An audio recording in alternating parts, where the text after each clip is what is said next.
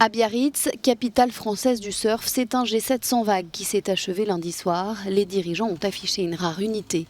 Exit le Trump tonitruant et imprévisible du précédent sommet de juin 2018 au Canada, le président américain a montré un tout autre visage, conciliant sur tous les contentieux, même sur le dossier brûlant du nucléaire iranien. Le président américain juge même réaliste une rencontre prochaine avec le président Hassan Rouhani. Mesdames, Messieurs, ce que j'ai dit par téléphone au président Rouhani, c'est que s'il acceptait une rencontre avec le président Trump, ma conviction est qu'un accord peut être trouvé. Mais il faut maintenant se mettre autour de la table et y arriver. Je pense que l'Iran est un pays au potentiel énorme. Nous ne cherchons pas à renverser le pouvoir, nous voulons un pays sans armes nucléaires, sans missiles balistiques et une période plus longue. Nous pouvons y parvenir en très peu de temps. Autre accalmie affichée par Donald Trump au sujet de la guerre commerciale avec la Chine. Des négociations très significatives sont en cours d'après le président américain qui pense qu'un accord est désormais possible.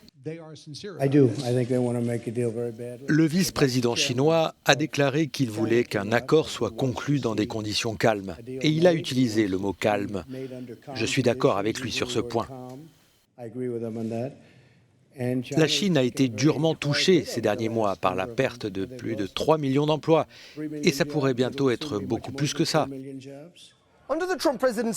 Sous la présidence Trump, l'Amérique s'est retrouvée de l'autre côté de la table des négociations par rapport aux autres pays du G7 sur les questions clés, telles que l'Iran, le commerce et le changement climatique.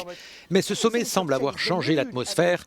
Il semble maintenant que le président Trump soit prêt à faire preuve de diplomatie, un mot rarement entendu récemment à la Maison-Blanche. À l'issue de ce sommet reste donc une impression de succès diplomatique. Emmanuel Macron s'est montré très offensif pendant ces 3 jours, jouant les chefs d'orchestre omniprésents. Donald Trump, lui, n'a pas cessé de faire l'éloge de son hôte français. « Vous avez été un leader formidable », lui a-t-il lancé lors de leur conférence de presse conjointe à la fin du sommet. L'avenir dira si cet optimisme et cette unité affichée entre les grandes démocraties du monde n'étaient qu'éphémères.